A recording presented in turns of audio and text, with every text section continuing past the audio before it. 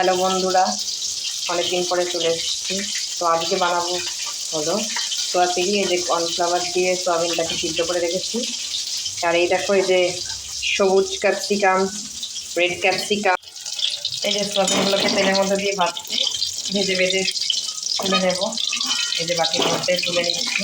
তখন তোমাদের দেখানো হয়নি, এখন দেখিয়ে দিচ্ছি। এই যে সোয়াবিনগুলোকে আমি তেলের মধ্যে যে ভেজে নিচ্ছি দিয়ে, এই যে আমার সব সোয়াবিনগুলোকে ভাজা হয়ে গেছে। এবার এই যে এই গরম তেলের মধ্যেই আমি ক্যাপসিকামগুলোকে দিয়ে দেবো।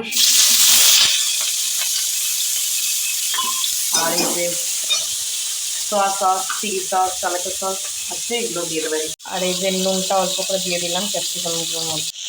এই যে ক্যাপসিকামগুলো ভাজা ভাজা হয়ে গেছে, এবার সোয়াবিনগুলো তেলের মধ্যে দেওয়া দিচ্ছে।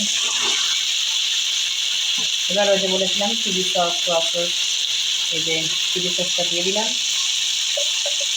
এবার সোয়া সসটা দেবো এর মধ্যে।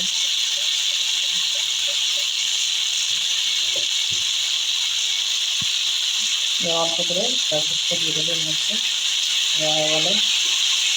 এবার টমেটো সসটাও দিয়ে দেবো এর মধ্যে।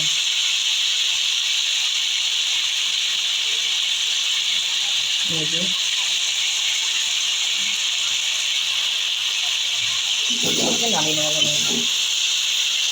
কর্নফ্লাওয়ারের ধোয়া জল মিশিয়ে এর মধ্যে, এবারে যে এর মধ্যে একটু জল মিক্স করে নিয়েছি। তো কমপ্লিট আমার